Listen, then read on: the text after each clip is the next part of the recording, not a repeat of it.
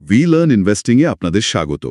আমরা রোজকার মতো আজও এসে গেছি ভারতীয় শেয়ার বাজারের খুঁটিনাটি নিয়ে। নমস্কার। কাল বাজারে যা জবরদস্ত র্যালি দেখলাম, কিন্তু আজ তো ছবিটা একদম অন্যরকম।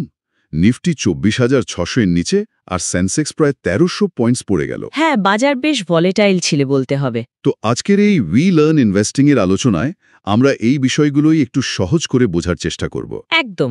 গতকালকের প্রায় 4% বৃদ্ধির পর আজকের এই পতনটা বেশ চোখে পড়ার মতো। কেন হলো, কোন সেক্টর কি করল, বিশ্ববাজারের প্রভাব সব নিয়েই কথা হবে। চলুন তাহলে শুরু করা যাক। ওকে, তো গতকাল অমন দুর্দান্ত র্যালির পর আজ হঠাৎ এতটা পড়ল কেন? কি ঘটল বলুন তো ঠিক? দেখুন, নিফটি আজ শুরুতেই কিন্তু 60 পয়েন্টস নিচে খোলে 24,864.05 এ। ও আচ্ছা। দিনের শুরুতে একটু সামলে উঠে 24,973.80 ছুলেও প্রথম ঘন্টার মধ্যেই আবার 24,700 এর দিকে নেমে আসে। বেশিক্ষণ টিকল না? না, একদমই না। আর দিনের দ্বিতীয়ার্ধে সেলিং প্রেশার বিক্রির চাপটা আরও বাড়ল। শেষে নিফটি 1.36% কমে 24,578.35 এ বন্ধ হল। আর সেন্সেক্স? সেন্সেক্সও প্রায় 1,282 পয়েন্টস 1.55% পড়ে 81,148.22তে শেষ করেছে। বেশ বড় পতন। কিন্তু এর মধ্যেই একটা ইন্টারেস্টিং ব্যাপার, তাই না? লার্জ ক্যাপ শেয়ারগুলো যখন পড়ছে, ব্রডার মার্কেট কিন্তু দিব্যি ভালো ফল করেছে। ঠিক।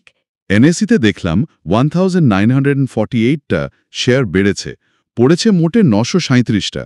বিএসসি মিড ক্যাপ ইন্ডেক্স 0.17% আর স্মল ক্যাপ ইন্ডেক্স তো প্রায় 1%, 0.99% বেড়েছে। হ্যাঁ, এটা একটা ডাইভার্জেন্স, একটা ভিন্নমুখী চলন দেখাচ্ছে। এই ফারাকটা কিসের ইঙ্গিত দিচ্ছে? আমার মনে হয় যেটা সাধারণত হয়, গতকালের বড় লাভের পর লার্জ ক্যাপ স্টকে অনেকে প্রফিট বুকিং করেছেন, তাই হয়তো ইন্ডেক্স পড়েছে। আচ্ছা। কিন্তু মিড ক্যাপ আর স্মল ক্যাপ সেগমেন্টে বিনিয়োগকারীদের আগ্রহ দেখা যাচ্ছে।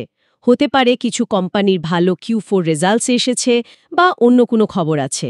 কাল তো ইন্ডিয়া পাকিস্তান সিজফায়ারের খবরে বাজার উঠেছিল বেশ। হ্যাঁ, উঠেছিল।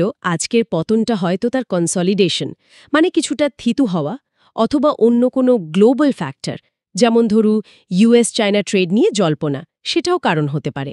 এফআইআই ইনফ্লো কেমন? দেখুন, মে মাসে এখনও পর্যন্ত $1.7 বিলিয়ন এসেছে ঠিকই, কিন্তু আর্নিং সিজন চলছে, জিওপলিটিক্যাল সিচুয়েশন নিয়েও একটা টেনশন তো আছেই, তাই একটা সতর্ক ভাব দেখা যাচ্ছে। এবার যদি সেক্টরগুলোর দিকে তাকাই, সেখানেও বেশ ইন্টারেস্টিং ছবি। একদিকে নিফটি আইটি প্রায় 2.5% পড়েছে। হ্যাঁ, আইটি বেশ পড়েছে। সাথে নিফটি সার্ভিস -1.60, নিফটি এফএমসিজি -1.34%। কিন্তু উল্টো দিকে Nifty media +1.66%, Nifty PSU bank +1.56%, Nifty Pharma +1.22%। এগুলো বেশ ভালো বেড়েছে। ঠিক। আর ডিফেন্স স্টকগুলোও বেড়েছে প্রধানমন্ত্রীর মেক ইন ইন্ডিয়া বার্তার পর। দেখুন, আইটি সেক্টরের পতনের কারণ হতে পারে গ্লোবাল কিউজ বা ইনফোসিস -3.63% এর মতো হেভিওয়েট শেয়ারের দুর্বল পারফরম্যান্স। আচ্ছা।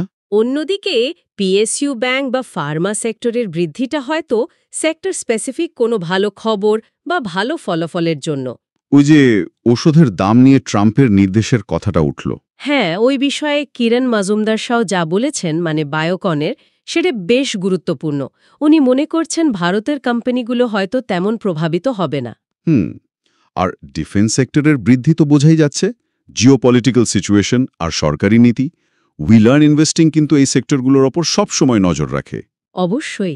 আর যদি কোম্পানিগুলোর খবর দেখি, হিরো মোটো কর্পের প্রফিট বেড়েছে 6.4% YOY। ভালো ডিভিডেন্ডও দিয়েছে, 65 টাকা ফাইনাল। হ্যাঁ, মোট 165 টাকা। আর বাজারের এই খারাপ অবস্থার মধ্যেও শেয়ারটা বেড়েছে। সিপলার লাভও 30% বেড়েছে YOY। ওরাও 16 টাকা টোটাল ডিভিডেন্ড দিয়েছে। এই ডিভিডেন্ড ঘোষণাগুলো কিন্তু কোম্পানির কনফিডেন্স দেখায়। একদম। টাটা মোটরসের পিএটি অবশ্য 51% কমেছে, কিন্তু ওদের অটো ডিভিশন এখন ডেট ফ্রি। আর ওরাও শেয়ার প্রতি 6 টাকা ডিভিডেন্ড দিয়েছে। হ্যাঁ, লাভ কমলেও ডেট ফ্রি হওয়াটা একটা বড় স্ট্র্যাটেজিক পজিটিভ বলতে হবে টাটা মোটরসের জন্য। ঠিক। এলএনটি নতুন অর্ডার পেয়েছে 2,500 থেকে 5,000 ক্রোড়ের। অন্যদিকে সুইগি শেয়ার 52 উইক লো ছুঁয়েছে লক ইন এক্সপায়ারির জন্য। আর পেকিএমের শেয়ার পড়েছে অ্যান্ড ফিনান্সিয়াল শেয়ার বিক্রি করতে পারে এই খবরে। আবার JSW ওয়ান প্ল্যাটফর্মস নতুন 340 ক্রোর ফান্ডিং পেয়ে ইউনিকর্ন হয়ে গেল। আসলে বাজারের সামগ্রিক পতন হলেও এই সেক্টর আর স্টক স্পেসিফিক খবরগুলোই কিছু শেয়ারকে হয় উপরে তুলেছে নয়তো ধরে রেখেছে।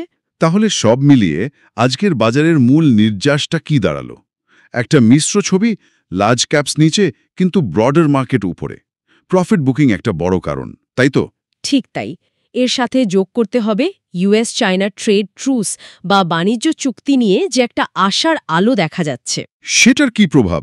কিছু অ্যানালিস্ট যেমন ধরুন CLSA মনে করছে যে এই চুক্তি হলে ভারতের রিলেটিভ অ্যাট্রাক্টিভনেস কিছুটা কমতে পারে FIIদের কাছে, কারণ তখন গ্লোবাল রিস্ক কমলে তারা হয়তো চীনের দিকে বেশি ঝুঁকবে। ওহ আচ্ছা, এটা একটা দিক। এছাড়াও তো আর্নিং সিজন চলছে, বিভিন্ন সেক্টরের খবর যেমন IT দুর্বল, কিন্তু ডিফেন্স, PSU ব্যাংক, ফার্মা বেশ শক্তিশালী। এই সব কিছুই প্রভাব ফেলেছে। গ্লোবাল দিকে দেখলে WTI ক্রুড অয়েলের দাম বেড়ে $62.4 হয়েছে। US ডলার মোটামুটি স্টেবল, কিন্তু US স্মল বিজনেস অপটিমিজম একটু কমেছে। আর ট্রাম্পের ওই ড্রাগ প্রাইস অর্ডার আর জিওপলিটিক্যাল সিচুয়েশন, যেমন ইয়ারডেনি বলছেন সিজফায়ার আলোচনা চললেও পরিস্থিতি এখনও টেন্টেটিভ, এগুলোর দিকেও নজর রাখতে হবে। তাহলে যারা আমাদের মতো শিখছেন বা বিনিয়োগ করছেন, মানে উই লার্ন ইনভেস্টিংয়ের শ্রোতাদের জন্য আজকের মূল শিক্ষা কি হতে পারে? প্রথমত, বাজারের এই রোজগার ওঠানামায় খুব বেশি ঘাবড়ে গেলে চলবে না, লাংট থাকতে হবে। ঠিক। দ্বিতীয়ত, শুধু হেডলাইন্স দেখলে হবে না, একটু গভীরে যেতে হবে। যেমন লার্জ ক্যাপ পড়ল, কিন্তু মিড স্মল ক্যাপ কেন বাড়ল? সেক্টর আর স্টক স্পেসিফিক কারণগুলো বোঝার চেষ্টা করতে হবে। কনটেক্সটটা খুব জরুরি, তাই না? যেমন টাটা মোটরসের লাভ কমল কিন্তু ডেট ফ্রি হলো। ঠিক। শেষে একটা প্রশ্ন শুধু ভাবার জন্য রেখে যাই, এই যে US চায়না ট্রেড ট্রুসের কথা হচ্ছে, এটা কি সত্যি ভারতের FII ফ্লোয়ের ওপর একটা লং টার্ম প্রভাব ফেলতে পারে যেমনটা কিছু বিশ্লেষক মনে করছেন? এটা নিয়ে ভাবা যেতে পারে।